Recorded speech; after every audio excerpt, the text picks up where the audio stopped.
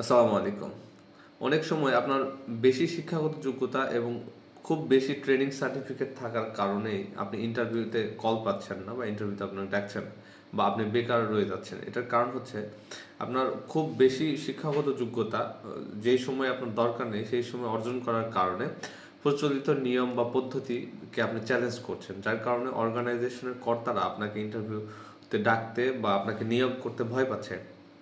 কারণ হচ্ছে একটা অর্গানাইজেশনের লাগবে জুনিয়র পজিশনের কোনো ইঞ্জিনিয়ার বা কোনো এমপ্লয়। সেক্ষেত্রে আপনি মাস্টার্স করা বা আপনি পিএইচডি ক্যান্ডিডেট বা আপনার লটস অফ ট্রেনিং সার্টিফিকেট আছে বা অনেক স্কিল আছে যেগুলো এখানে গ্রহণযোগ্য নয়, সেই জায়গাটায় আপনি এত কোয়ালিফিকেশন নিয়ে অ্যাপ্লাই করতে চাচ্ছেন। তার মানে আপনাকে খুব ছোটোভাবে আপনি রিপ্রেজেন্ট করছেন যে আসলে এত ছোট পজিশনে স্যালারি এত কমে আপনি জয়েন করতে চাচ্ছেন। মানে খুবই এটা ট্রান্সপারেন্ট যে আপনি খুব বেশি দিনের চাকরিটা করবেন না, আপনি দ্রুত কোথাও সুইচ করবেন বা শিফট করবেন, বা আপনার স্কলারশিপ বা পিএইচডির জন্য বা একটা এক্সপিরিয়েন্স দরকার। অর্গানাইজেশনও ইনসিকিউরিটিতে ভোগে। আসলে একটা পজিশনের জন্য কতবার ইন্টারভিউ কল করা যায় বা সার্কুলার করা যায়, এটা অর্গানাইজেশনের জন্য খুব বিরক্তির কারণ হয়ে দাঁড়ায়। তো এই জিনিসটা আসলে মাথায় রাখা উচিত। একটা সার্কুলার হইলেই সব জায়গায় সবাইকে হুমড়ি খেয়ে পড়তে হবে, ব্যাপারটা এমন নয়। সেটা যার জন্য গ্রহণযোগ্য, যে এটার জন্য পারফেক্ট বা যার আসলে নিড রয়েছে এটার জন্য, এই যোগ্যতার সাথে অ্যালাইন করে এরকম ক্যান্ডিডেটেরই অ্যাপ্লাই করা উচিত। আরেকটা ব্যাপার আসলে না বললেই নয়, সেটা হচ্ছে আমরা রেফারেন্স করি কোনো একটা ব্যক্তির সাথে। ভালো সম্পর্ক থাকলে বা পরিচিত কোনো মানুষ যারা আমাদের সঙ্গে খুবই ভদ্র, নম্র, বিনয়ীভাবে আচার ব্যবহার করে, মাঝে মধ্যে দেখা হলে সালাম দেয়, আমরা সেই লোকের কাছ থেকে শুনে জব নেই, আমরা শুনলে তার জন্য একটা রেফারেন্স করি। এটা আসলে অর্গানাইজেশনের জন্য একটা বিড়ম্বনা এবং ওই লোকের জন্য বিড়ম্বনা। একজন মানুষ আপনার সাথে ভালো সম্পর্ক হলেই সে যে একজন ভালো কর্মী হবে বা একজন ভালো এমপ্লয়ার হবে, ব্যাপারটা এমন নয়।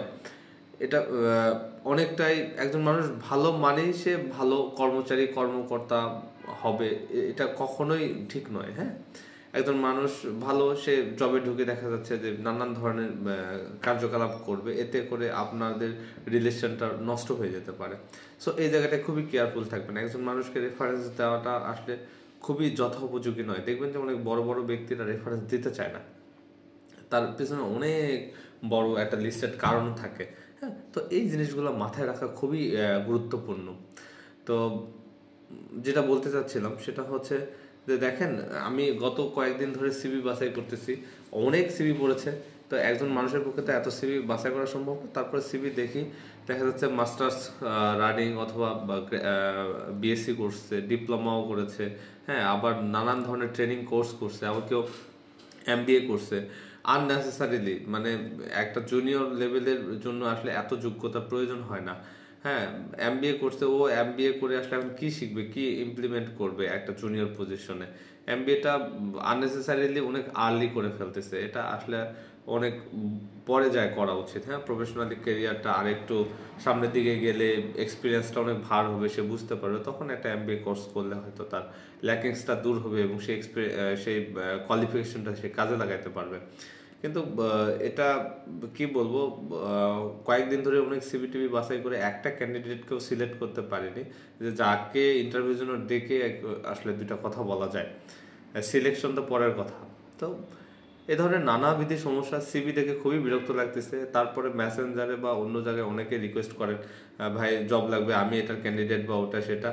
তো এটা হাই লেখে চুপ করে থাকে, আবার কিছু একটা বললে চুপ করে থাকে, বা কাউকে যদি আবার বলে ওকে ঠিক আছে অ্যাড্রেস দিলাম যে আপনি চলে আসেন, দেখা যাচ্ছে যে সে তখন আবার নানান ধরনের কোশ্চেন করবে, এটা কোন দিক দিয়ে যাবো, কিভাবে যাব, এটা কি ওই দিকে কিনা।